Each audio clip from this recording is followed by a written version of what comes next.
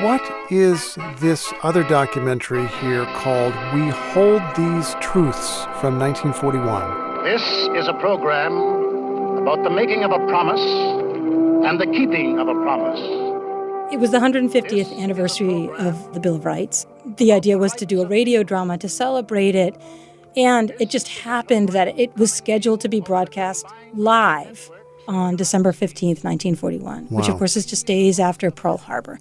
We're going to hear the unmistakable voice of one of the actors in this play, Jimmy Stewart. And let me even frame that out once more, because I fully agree with you. This election is inevitably framed around Trump and the most important election in decades for that reason. I think it's the most important for one further reason, which is, one of the reasons I wrote Winners Take All was I believe change has been stolen. The idea of making change has been stolen from the people by the very powerful. And if you just look at what you talked about on the show today or what's happening in America this week, this is the 10th anniversary this week of the financial meltdown that caused the global economy to tank, and from which only the rich have really recovered. We talk about Mark Zuckerberg on your show, talking about changing America while compromising our democracy. We talk about Donald Trump fighting for the common man while, in fact, enriching himself. And all of this is happening because instead of believing that it is through the vote that we make change in America, we have outsourced change to billionaires. And we need to learn to take change back. And this election in November needs to be more than just a repudiation of Donald Trump. It needs to be a repudiation of fake change. London to Chequers, Churchill's country home. He is carrying the latest dispatches on the German invasion.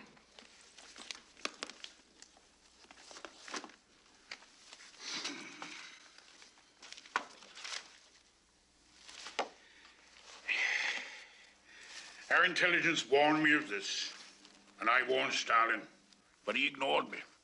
He's not only a butcher, he is a bungler. I shall broadcast at 9 tonight, offering our full support for the Soviet Union.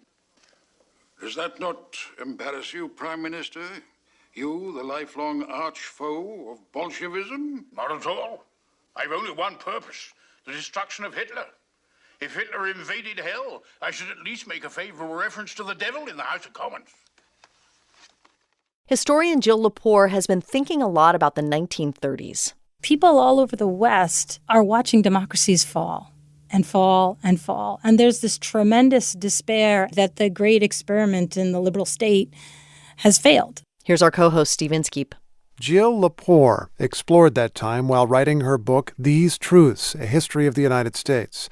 And she discovered a story that is fitting to hear on the radio, because in the 1930s, the time of the Depression, of Hitler, of Mussolini, of Stalin, some people used the radio to defend the ideas of the United States. Americans who were concerned about the failure of democracy in other states began to think that one reason democracies failed was that people didn't understand what ingredients were necessary for them to thrive. American artists and writers set out to make sure Americans understood and celebrated their experiment in self-government.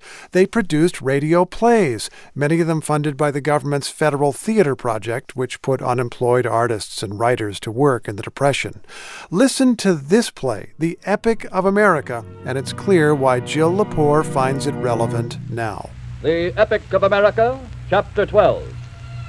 The Age of the Dinosaur. It's weirdly kind of textbooky. It goes through all the presidential administrations. A lot of the scenes open up in a classroom and then they kind of move into a reenactment. The Attorney General is here, Mr. President. Good. Send him in. But then there are these little dramatizations that are trying to remind people that women had to fight to get the right to vote. It's pretty new by 1937. Women only are guaranteed the right to vote in 1920.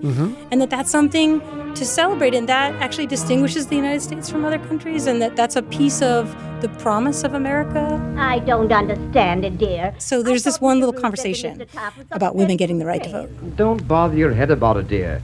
It's just politics. I know, but if we women are going to have the vote someday, we ought to begin finding out about politics. When you get the vote. And there are other episodes in the series where people are finding out why there's anti-monopoly protection in the United States and how that came about. There's all kinds of details in there. 1904. The entire business of the United States was controlled by no more than 12 men. it's a series of little history lessons. They're fairly ideologically freighted. You may know the story of the Federal Theater Project was later investigated by the House Committee on Un-American Activities. Oh, suspected of communist influence, basically. Yeah. And in 1939, it had its funding cut. But not before it actually offered a lot of history lessons to a lot of people in the spirit of defending the ordinary person, the ordinary American, and the way that our democratic institutions are meant to represent the interests of ordinary people. And if they're representing the interests only of the rich, then something has gone wrong. It needs to be fixed by voters. Let's listen to a little bit of another of these documentaries, and this one is called Americans All, Immigrants All. The record of an unparalleled event in the history of mankind, in which millions of men and women from every country on the face of the earth, by their own choice and selection, became Americans, and by so doing made the United States of America. Subtle is not the word that comes to mind? Oh, come on, it's a little stirring. It's stirring. I don't it's know stirring. why. No, it's totally stirring. Of course it is, but not subtle. Yeah. What's going on there? So this is a series that was broadcast on CBS Radio over 28 weeks. It was really popular. More or less each week profiled a different immigrant group. Actually, I find it kind of heartbreaking, I'll be honest with you, to listen to now because we just don't have that celebration of immigration as a positive good in our culture. I mean, even people who believe that to be the case are not spending their days making that speech. They're spending their days defending dwindling rights. They're not, hoisting a big standard and saluting it and saying, immigration is great and it built this country. What is this other documentary here called We Hold These Truths from 1941? This is a program about the making of a promise and the keeping of a promise. It was the 150th anniversary of the Bill of Rights. The idea was to do a radio drama to celebrate it, and it just happened that it was scheduled to be broadcast live on December 15th, 1941, which of course is just days after Pearl Harbor. We're going to hear the unmistakable voice of one of the actors in this play, Jimmy Stewart. A promise is a promise. Has America's been kept? Has it worked, and is it working? For the people and by the people? Is it going anywhere from here? Are the rights the right rights? Are they rolling? Do they function? Do they click? Well, who knows the answer better than the people? What I love about this We Hold These Truths, it is a kind of jingoistic celebration of America, and that's what it's meant to be. But the show is ultimately a celebration of dissent. The protection against fascism is dissent. And I don't know, I guess I just listen to that. I'm the person that weeps at It's a Wonderful Life at Christmas time, so I'm a bad... Oh, not the only person, but go right on. Go on. Maybe go a bad critic, but where in our culture is that speech being made? Well, let me ask if you want the same thing to be done now. Not the same thing. There are so many things that were wrong with the United States in the 1930s that are not part of this storytelling. The just ravaging epidemic of lynching in the Jim Crow South. We don't see anything that would allow us to anticipate Japanese internment and imprisonment in World War II, which is just literally months after this broadcast. But on the other hand, democracy does need to be defended, and storytelling and rhetorical sophistication has always been crucial. And you think about, I was really struck this summer, which was the 150th anniversary of the ratification of the 14th Amendment. It guarantees equal protection and due process of the laws to all people, regardless of race. It's the basis for the end of Jim Crow with Brown v. Board, Roe v. Wade, most cases that people want to argue for equal protection under the law. Like NPR could have done this whole cool series on the 14th Amendment. Like there's so many interesting cases that descend from the 14th Amendment. It remains so controversial.